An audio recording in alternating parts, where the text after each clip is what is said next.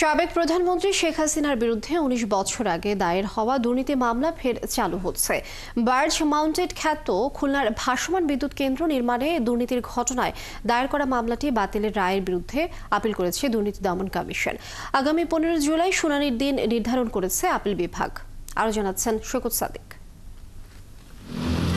খুলনার barge mountain বা ভাসমান বিদ্যুৎ প্রকল্প নির্মাণে দুর্নীতির অভিযোগে ২০০৭ সালের ২ সেপ্টেম্বর সাবেক প্রধানমন্ত্রী শেখ হাসিনা সহ ৭ জনের বিরুদ্ধে তেজগাঁও থানায় একটি মামলা দায়ের করে দুর্নীতি দমন কমিশন দুদক।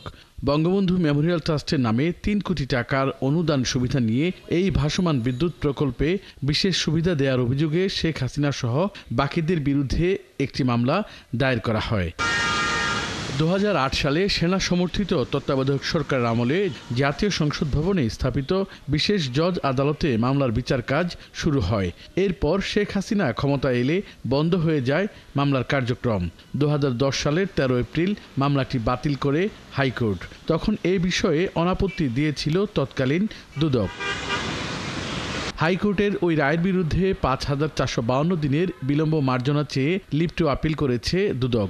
আপিলের প্রেক্ষিতে বিচারপতি জুবায়ের হাসান চৌধুরীর নেতৃত্বাধীন ৩ সদস্যের আপিল বিভাগ এই তারিখ ধার্য করেন।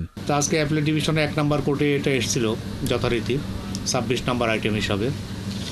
এইটা আমি অ্যাপিয়ার করেছিলাম, করার পরে অনারেবল সুপ্রিম কোর্টে আজকে ৩ জন জজ বসছিলেন জুবায়ের রহমান চৌধুরী সাহেবের নেতৃত্বে।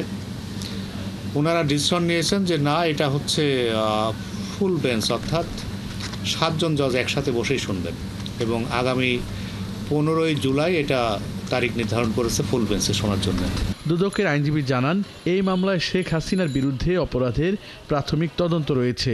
লিভ পিটিশন হিয়ারিং হবে, এরপরে ওনারা স্যাটিসফাইড হলে তখন একটা হবে, আর যদি ডিস্যাটিসফাইড হয় তাহলে আরেকটা রেজাল্ট আবার ওখান থেকে শুরু হবে যদি পজিটিভ হয়। গেল বছরের ৫ আগস্ট শেখ হাসিনার সরকারের পতনের পর গত ১৭ মার্চ আপিল বিভাগের চেম্বার আদালতে আপিল করেছিল দুদক। আবেদনটি আপিল বিভাগের নিয়মিত বেঞ্চে শুনানির জন্য এবার ১৮ মে দিন ধার্য করে আদালত। এইটার বিরুদ্ধে এখন দুদক স্টেপ নিয়েছে।